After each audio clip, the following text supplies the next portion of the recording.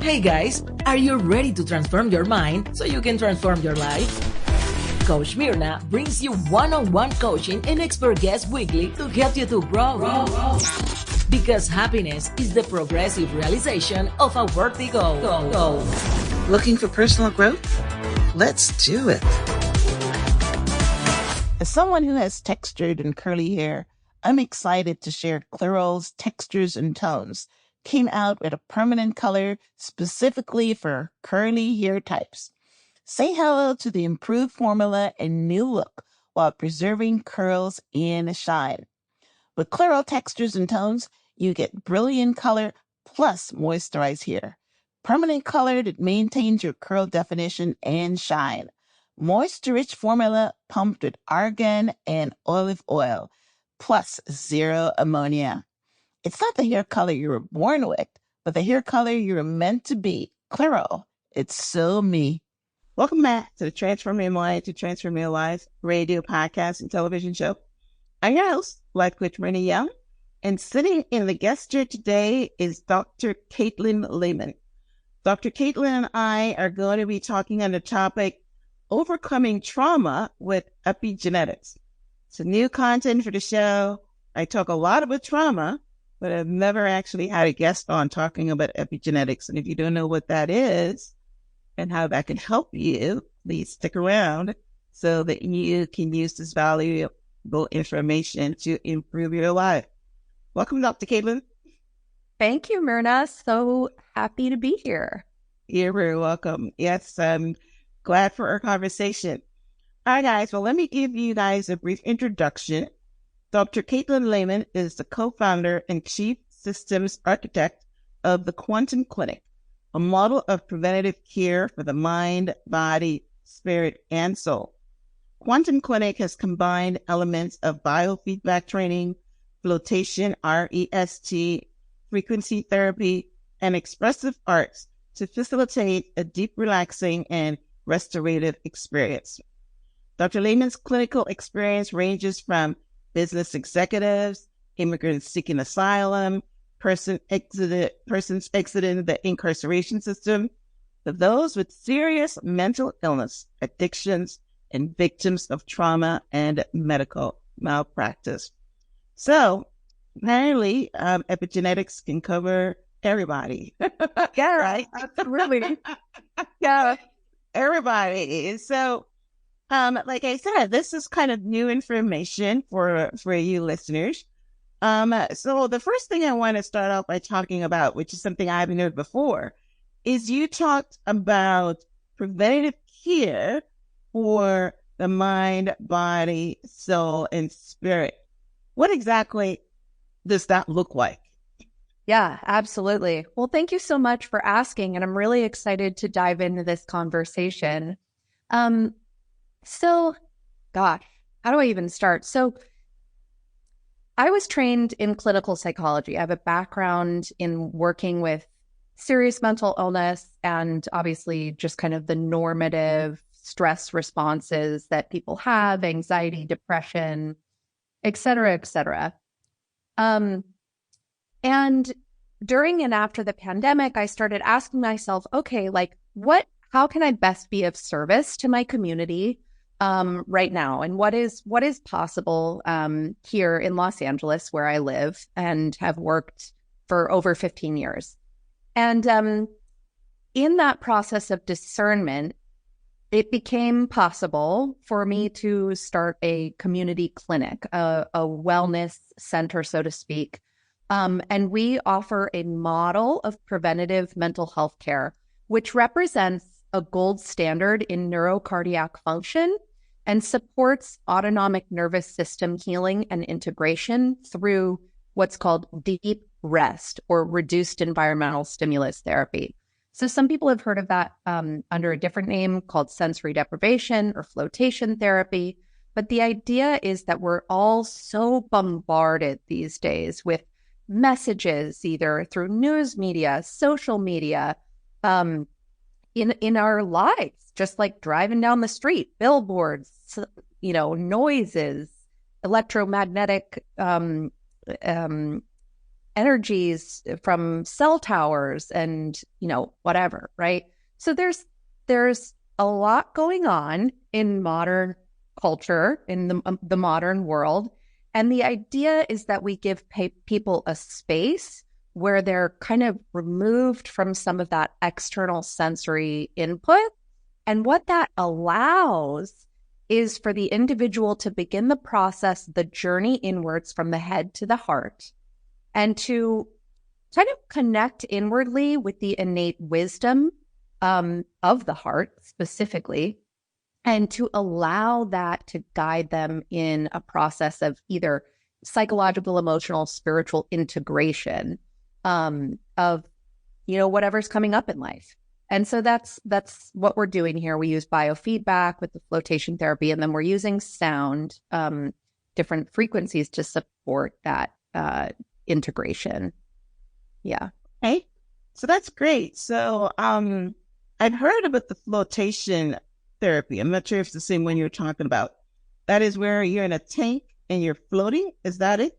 That's exactly right. Yeah, you're in a room with about a foot of highly salinated water. It has anywhere between 1,200 to 1,500 pounds of Epsom salts. And so you get in there and lay down in this water. Our service is about an hour, but some facilities offer it for longer. And you rest there, and it has the benefit of alleviating 95% of the effect of gravity on the body. So this is great for anybody with chronic pain, things like pain from arthritis or fibromyalgia, any sort of autoimmune disease that has a pain component. People really benefit from just the physical benefits of alleviating that effect of gravity. And then there's also a lot of psychological benefits. I worked with a woman yesterday who has a diagnosis of claustrophobia. And, in treatment of claustrophobia, it's actually exposure to the thing that scares you with response. It's right. Funny you should say that. I had a bout with claustrophobia, and I'll tell you about it in a minute. But I've just learned that one of the ways to treat fear is to expose yourself a little bit at a time, because that's, exactly. Yeah, no, exactly. So, we work with people across the full spectrum. We have a partnership with a nonprofit organization called the Program for Torture Victims here in Los Angeles. And these are people who come here to our facility who have fled political instability or persecution or some type of, very serious situation in their home countries and come to the United States, are here in Los Angeles, either seeking asylum or something like that. And a lot of people, have really traumatic stories, and an environment and a space like that, which we've created here at Quantum Clinic, really goes a long way in helping people reconnect with a sense of internal safety and safety in the environment, to allow their body mind to really surrender. Because what trauma does, what the experience of adversity, stress, trauma does to our body mind is we hold tension in the body, right? We hold not only energetic tension, physical tension, emotional tension. It involves often a recurring or repetition of traumatic memories. And we need to have spaces where that process, that automatic process, can be interrupted, allowing folks to really connect within and surrender and relax. Yeah, that's pretty good. Yes, because I can understand being in a place where your first response is fear, but after, whatever is in there, maybe the music, or you said the Epsom salts, starts to take that away. But maybe your initial response was, trepidation. Mm-hmm. But, I mean, it's really interesting. As you were talking, I was thinking of my own personal experience where, I went to a spa and they put me in one of these. It was a container. It's almost, if you think about it, it's like a Star Wars container. And it's supposed to be, and then they wrap you in cellophane. Mm-hmm. And it's really supposed to be like a heat therapy thing, maybe to lose weight. I don't remember what the purpose was at the time. But this person wrapped me in this thing, wrapped even my hands, and then left the room for like 20 minutes, right? And I developed claustrophobia from that. And at the time, I would be going to work on a train, and when the train would stop in between, stations, and you can't get out, then I would have that kind of response. But I worked on that, even on the plane, Right. I'm on a plane and I can't get out. And, but I don't have it now. And I'm just thinking that maybe the exposure being on the train, on the plane, kind of, dissolve that.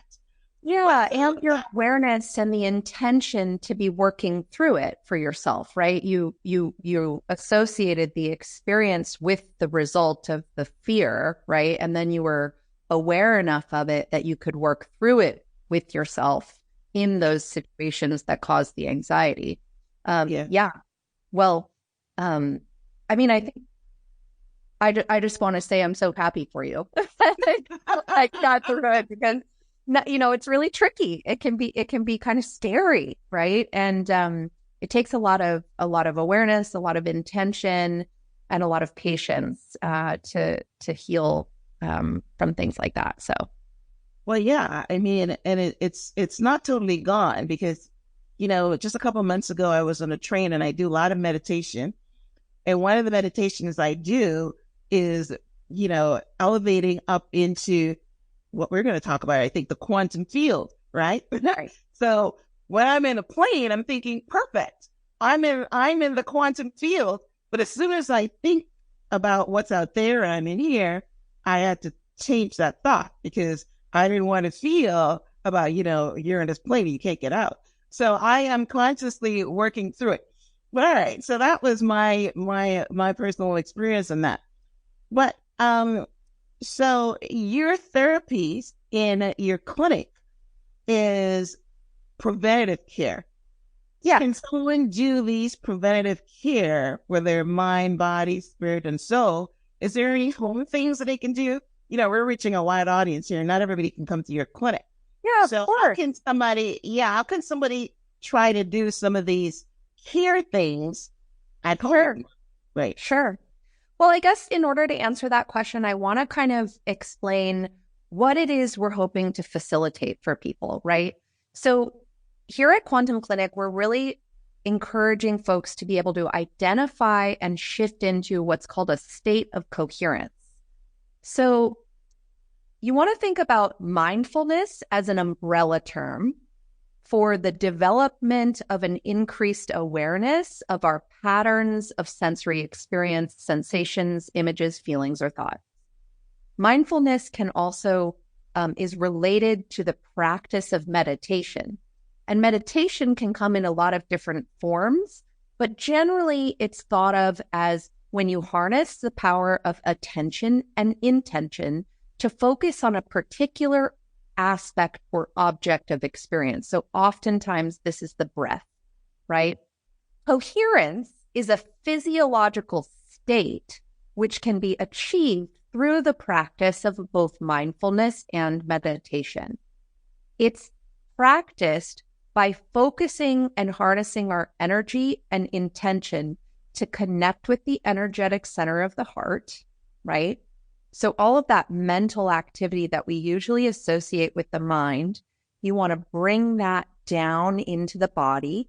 You can either put your hands on your heart or you can close your eyes and imagine the heart's energy. And then even beyond that, you want to cultivate or activate a life-affirming emotion, something like reverence or awe or joy or gratitude, right? You want to really feel it in your body. And then you can begin to move that energy outward. And what happens is there's actually much more energy and information coming from the heart to the brain than there is from the brain to the heart. It's actually like 5,000 times more magnetic information and 100 times more electric information. So there's like we think of the brain as regulating the body, right? But actually, if you think about it, the heart is centrally located to kind of be the symphony conductor of all of this information as well. So when you're in the practice of mindfulness and meditation and working to cultivate those positive life-affirming emotions, your heart rate variability becomes more harmonious, more sign-like. And this is a great correlate for neural activity. So you're shifting out of stress and into deeper and deeper states of relaxation.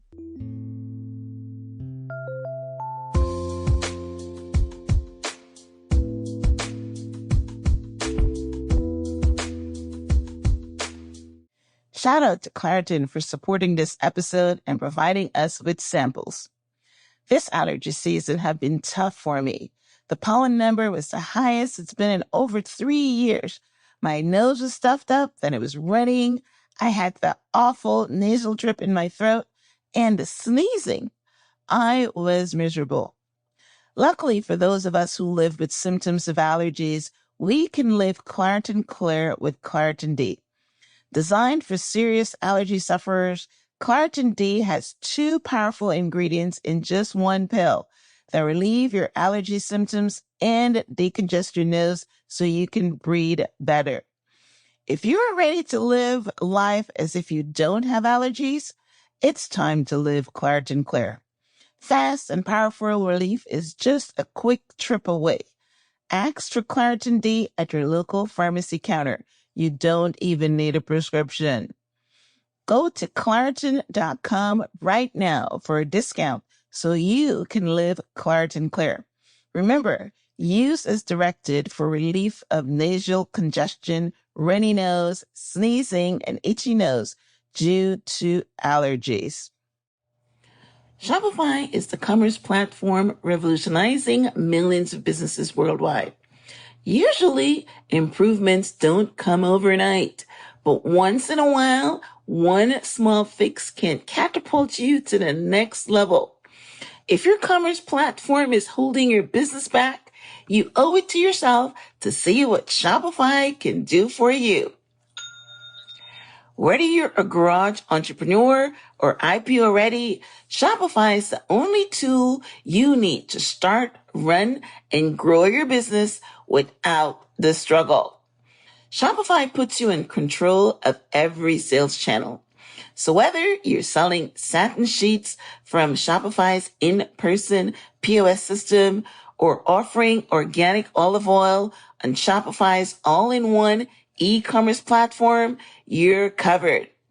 And once you've reached your audience, Shopify has the internet's best converting checkout to help you turn them from browsers to buyers. Sign up for $1 per month trial period at shopify.com/transform, all lowercase. Go to shopify.com/transform to take your business to the next level today. As someone who has textured and curly hair, I'm excited to share Clairol's Textures and Tones came out with a permanent color specifically for curly hair types. Say hello to the improved formula and new look while preserving curls and shine. Clairol Textures and Tone comes in 12 upgraded texture-loving shades. I love the 1B Natural Black. Clairol also makes you feel proud to be able to transform your hair yourself at home, saving you time and money from expensive salon treatments. A few years ago, I decided to go to the salon for a color, and they charged me $70. I never went again. Clairol makes you feel proud to be able to transform your hair yourself at home. Their mission is to make every woman feel beautiful and confident and help her live colorfully through accessible, easy-to-use products. With Clairol Textures and Tones, you get brilliant color plus moisturized hair, permanent color that makes your curl definition and shine, moisture-rich formula pumped with argan and olive oil and zero ammonia. It's not the hair color you were born with, but the hair color you were meant to be. Clairol, it's so me. So we want to just begin to bring more awareness to that for ourselves. And this is essentially the tie-in to the epigenetic piece that I hope we'll be able to explore a little bit more together. But what happens when you're in a state of coherence is it facilitates a cascading effect of something like 5,000 biomarkers in the body, right? It essentially is the opposite physiological state from stress. And if stress and inflammation are attributable for 95 to 99% of disease, not genetics, stress and inflammation, right? Those are environmental, those are subjective. So we can modulate that experience through practice. And that has positive effects on the progression of health and vitality as opposed to the progression of disease. So this is what we mean by prevention. We're providing people with the skills and the space and the experience to be able to access coherence within themselves. And then we're, kind of supporting that as a model of prevention, which, I definitely, yes, I can understand. Yes, stress. I spend a lot of time trying to stimulate my vagus nerve because my vagus, obviously the vagus nerve is responsible for the parasympathetic response. So, I do. And we've talked about meditation earlier. I do a lot of meditation where I'm bringing in the energy to my heart center, but I've never actually done one where I'm going the opposite way. So that is good. Yeah. And that's kind of an interesting shift, right? Obviously we can't deny the fact that we have bodies, right? We have these, physical bodies with a brain and a nervous system and all that stuff. But really, if you zoom in and zoom in and zoom in, essentially what it is patterns of flowing energy and information. So if you have been someone who was exposed to a lot of adversity in childhood or stress in childhood or whatever the case may be, right? Those neurocorrelates, those patterns of experience, those patterns that are repeated over one's life become the default mode, right? And so in order to interrupt that cycle, you have to provide your body mind with an alternative experience. You have to know what that is, right? So that you can begin to shift it for yourself. And we're just kind of in the process of supporting people with that. Okay, that's pretty good. I love that. All right. So, what are some practical methods of reducing the stress? So we talked about meditation. We talked about, getting into your heart center, which is your heart chakra. We talked about some of your therapies, the, flotation, RESD. So is like the biofeedback training. What is that? And the frequency therapy, those are some methods of reducing stress? Absolutely. I mean, everybody has to find a method for stress reduction that works for them. Like, I really love to go walk out in nature.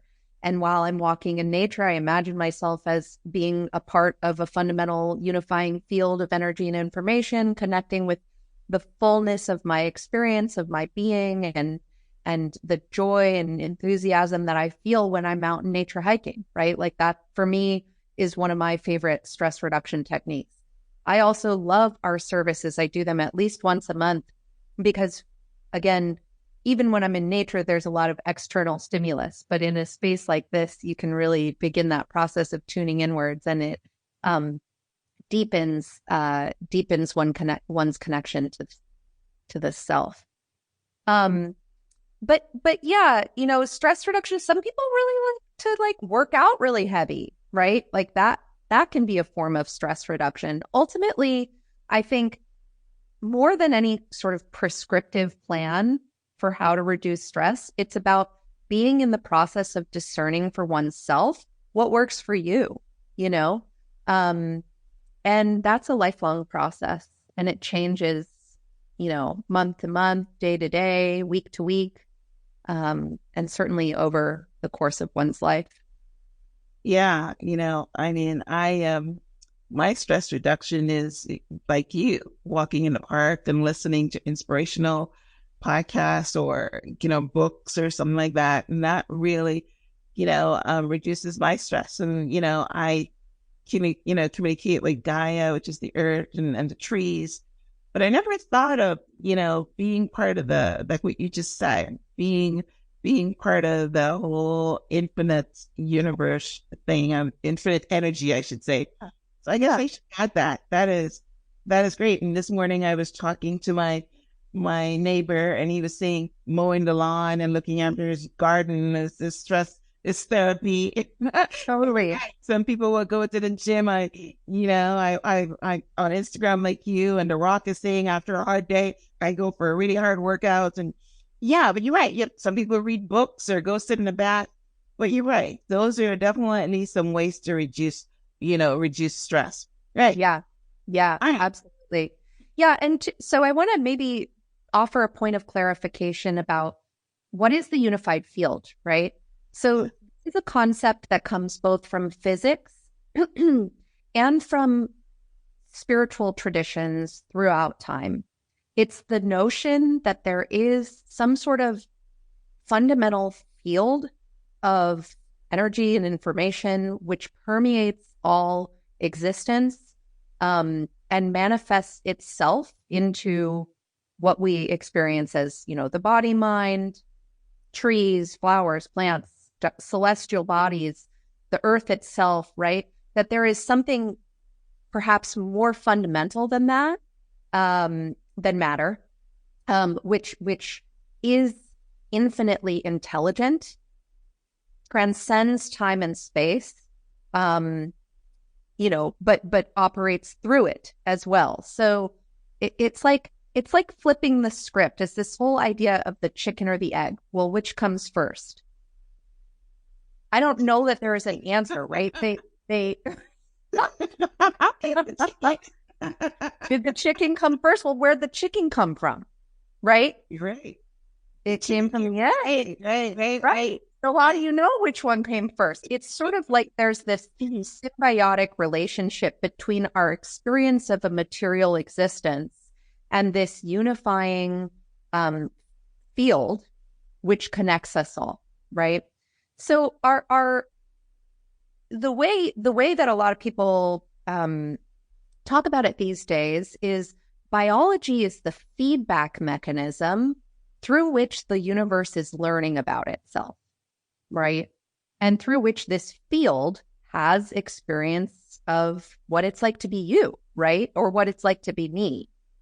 Where we draw the boundary condition between self and other, right, in this unified field depends largely on the purpose of the conversation, right? So for the purpose of this conversation, you are distinctly you and I am distinctly me, and we are here having this beautiful conversation that unifies our experience together, right? But yeah, you want to begin to shift your self-concept away from being a material-based object in space-time and connecting with a sense of identity that transcends this experience of self.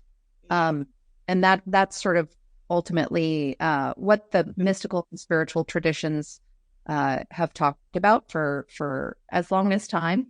And also, what physics is now pointing to as well, the math. So Great. Yes, that's true. Like I said, I'm in the space. I don't really understand it very much. I'm learning about it. But yeah, as you were talking, before we started recording, I was telling you about, I followed Dr. Joe Dispenza's work, and I do his meditations in the quantum field.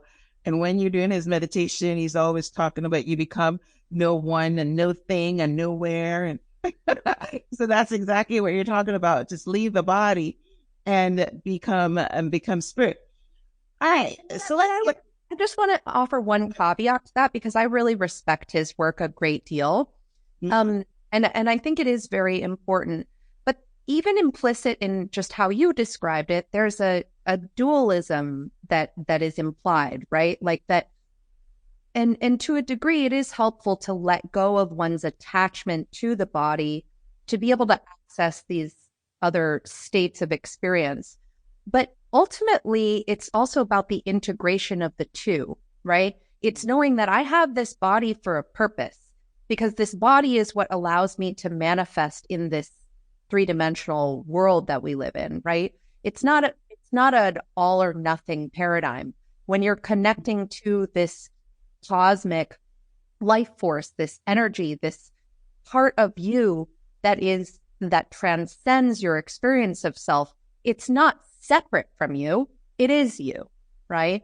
And that's a real important piece to drill down on, because I'm not separate from that. I am that, and so are you.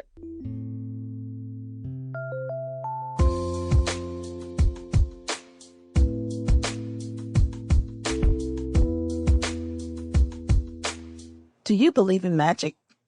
Twilight Wing is a professional spiritual healer who wants to help you access the spiritual realm to create change in your life. Do you require healing? Are you bothered by entities in the fourth dimension and would like to banish all unwelcome spirits? What about money? Twilight Wing can help you clear your money blockage. Visit Twilight Wing's Magic on Etsy. Get one-on-one service and trusted 5-star spells that have worked since ancient times to discover wealth, rebuild your relationships, and help you find success. Visit Twilight Wings on Etsy by searching for Twilight Wings Magics and regain control of your spiritual well-being. That website again is TWILIGHTWINGS MAGICS. Yeah, like you see, I said, I'm in this space. I don't really understand it. But yeah, when I'm like doing the meditation, I'm thinking that, you're leaving the body behind and you're going, which I don't really. You're astral projecting. And get there, right? Yeah, exactly. I try, but I don't always, I'm like a novice. I'm learning it. Yeah. But yes, let's get our topic today. So we're talking about healing trauma using epigenetics. So the first thing I want you to explain to our listeners, what exactly is epigenetics? Sure. Well, epigenetics is a field of study that's been around since like roughly the 80s. It's this, previously we used to think that our genes were responsible for the manifestation of things that happen in life, right? Like our genes control different biomarkers in the body. And that's true to a degree. But what the field of epigenetics has shown is that it's actually, there's a relationship between genes and environment, right? And environment is not just a physical environment, meaning like the home we grew up in, whether or not we were exposed to toxins or mold or, other environmental toxins, for example, or not, right? Those can be epigenetic triggers for disease or health. But it's also our inner environment, right? It's the thoughts, emotions, feelings, sensations, the patterns of experience that operate inside of us, which can trigger different manifestations of either health or disease, right?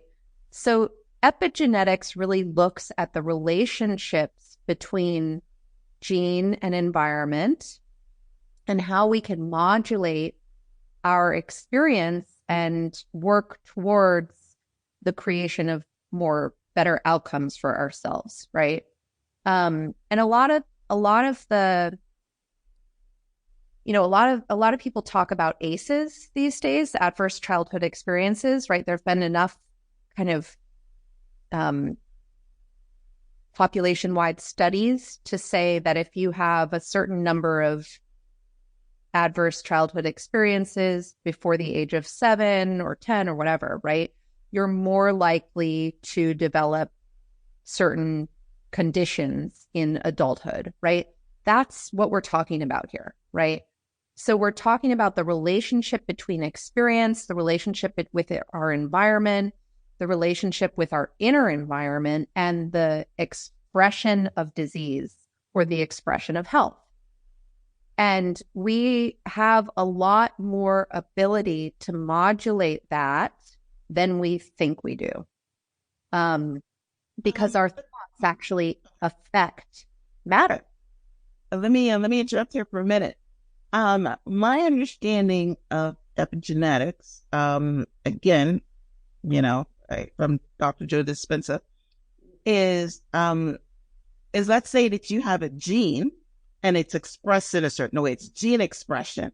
Mm-hmm. And yeah, we were in the past, you said it started in the 80s that they're understanding what epigenetics is. But let's say in the 60s or something, they were saying that, listen, if you were born with this genes, you're stuck because genes. Like the idea of biological determinant. As a biological thing. But I thought I understood that with epigenetics, you can go in to that gene that you were born with, right? And fix the top of it. You're saying that epigenetics means something on top. So can you talk about what you just said just now? Is that you talked about the Z's, but are you talking about the gene expression?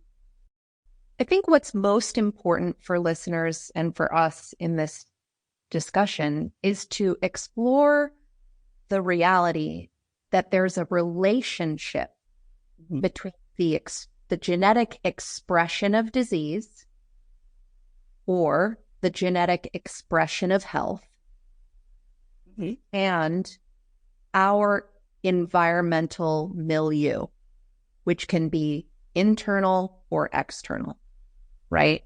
Or both, or a combination of all things, right? So there's a relationship between health and disease and environmental factors. It's a very, very small percentage of disease, which is, to your point, biologically determined by the presence of certain genetic factors, right? Very, very small percents, like 1 to 2% of disease is biologically determined by our genetics. Okay. The rest of it is about this relationship, right? To gene-environment interaction, to even experiences that our ancestors may have had, right? So scarcity or stress in the mother, right, of say a pregnant mother affects the development of her child that she's carrying and affects the life course of that child as they go through life. Okay. So it can even be traced back many, many generations to say, oh, right, like all of these things are related. And that's the key term that's important for us to explore together is the relationship. Yeah, I've heard that, but I didn't know they were calling that epigenetics. I thought that epigenetics was something totally different.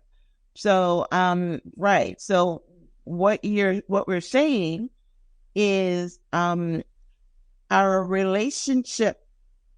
Okay. So let's say that, put it down so somebody, that's listening can make it practical. Let's say that the child that you were just talking about that was in her mom's womb when her mom was, experiencing trauma, maybe let's say that domestic abuse. Right. What was that? Domestic abuse, right? The mother's pregnant exactly. And she's in a domestically abusive relationship. Right. So she is going through her life and this trauma is inside of her and it's part of her gene expression. Right. So epigenetics will go in and try to allow her to change that expression. Well, epigenetics is not an intervention. It's a field of study. Okay.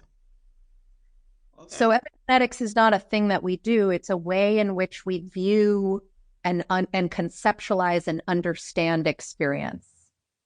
And how correlate do we use it to help with trauma? I thought that it was an intervention of some sort. Yeah. Well, it provides the basis for an understanding of how we heal trauma, right? And how we support people in overcoming adversity and resetting within themselves that experience so that we can create better outcomes for our life, right? You want to think of epigenetics more as an umbrella term, which describes these relationships. And when it comes to trauma and adversity, right, nobody can escape that in life. But once we become aware of how those factors, those things that we've been exposed to throughout our life, sets us up for certain experiences in later life, we then become conscious agents and create new experiences, new environments for ourselves so that we can heal and we can move forward in life. Okay. So I'm getting it now. I always thought that it was something that you can change. That well, it is. It is something expression. Okay. All right. Yes. You can. Yes. So like I mentioned earlier, being in a state of coherence, right, which is considered the opposite physiological state from stress, actually sets off a cascading effect of neurochemical, neurophysiological, and energetic changes in the whole body mind, right? So it actually elongates and creates more space in the strands of the DNA when you're in that space. It's like breathing through your whole being, right? Mm-hmm. This does create measurable changes. Okay. Throughout the body mind, which includes genetics. Yes, I'm getting it now. Yeah. So first we understand, and then we, change our frequency. I'm not probably using the wrong word, but I'm understanding you're changing your energy, you're changing your frequency. You are, the word that you're using, coherence. Mm-hmm. And then your gene expression starts to change. Yes. That's why you call it epigenetics, because yes. you're changing the top or something. You're changing the environment. Right. Yep. Right. Okay. So you're changing the gene expression. Okay. All right. And that is how we work with, another way that we can work with the trauma of past. And you're right. A lot of times our trauma goes back to past generations because it's being carried on through genes and through, what do they call it? Consciousness, right? Yes. So the family lineage patterns, learned patterns of behavior, right? When we're born until the age of 7, we're more often than not in one of these alpha theta brainwave states. And so essentially, in order to learn a new behavior, you have to enter into that state again, right? Mm-hmm. Where you were learning all of these things that you learned when you were young. You have to re-enter into that a similar frequency so that you can change the pattern. And so that's what coherence practice does, is it shifts us into these alpha or theta brainwave states and allows for healing of some of our deepest wounds, and just responding to stress, responding to adversity with greater resilience, with greater ease, and with greater purpose. Yeah, that's pretty good. So I understand that you also use these practices on yourself. Can you share your experience with epigenetics? Yeah, I mean, well, I've been an active meditator since I was young. And when I was going through graduate school and working in community mental health and all of these, these settings in which, I've worked with people convicted of sexual offenses who are exiting the incarceration system. I've worked in community mental health with very severe chronic mental health, bipolar, schizophrenia, all sorts of mental disorders, and the reality of that can be very stressful. And so it is these practices that we're talking about of presencing, of connecting with my own heart center, and really resetting and recalibrating my own nervous system as I am in relationship to people whose life experiences have been much more difficult than say my own. And then also, navigating the challenges of my own life, right? Like, nobody goes through life unscathed. We all have adversity that we face, no matter who we are, no matter what our background or where we come from. So yeah, these are the practices that I use to help support myself in these really chaotic and unpredictable times. I mean, look around, like what's happening across the world and what's happening here in our own country. People seem to be really losing it. So how do we support ourselves as things continue to unfold? Yeah. Meditation has definitely helped me stay calm and peaceful. I definitely meditate, in the morning, and then I try to do like a walking meditation when I'm in the park as well. When I do that, and it definitely calms you down, and changes the behaviors as far as how you're slower to get angry and that kind of stuff. But yeah, so this, and I understand. Favorite park to walk in? What was that? What's your favorite park to walk in? Well, I'm not in I'm in Florida, so I walk in a park that's called Lakes Park, and it's got a lake, and it has, a lot of trees. And my favorite part is what I call the sanctuary, where it's like a wooded area, and they put a path through it, so that there's, all kinds of trees and everything, and you go around in a circle. And when I'm in there, I take off the headset, and I'm just connecting. I'm talking to God, and I'm meditating, and so that's my little. And it takes maybe 15, 20 minutes to walk through that. The whole park is like an hour, but yeah, that's where I do a lot of my spiritual work. I love that. Thank you so much for sharing. You're very welcome. Yes. Yes, it's responsible for my energy because it fills me up. It's I was at a seminar the other day, and the guy was talking about things that fill up your tank, and immediately I recognize that that's one of the things that fills up my tank. Totally. So that's my stress reduction.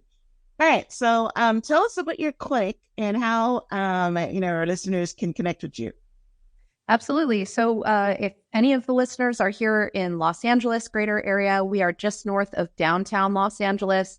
You can find us on the web at quantumclinic.com, on Instagram or Facebook at Quantum Clinic USA. We're also on LinkedIn and YouTube.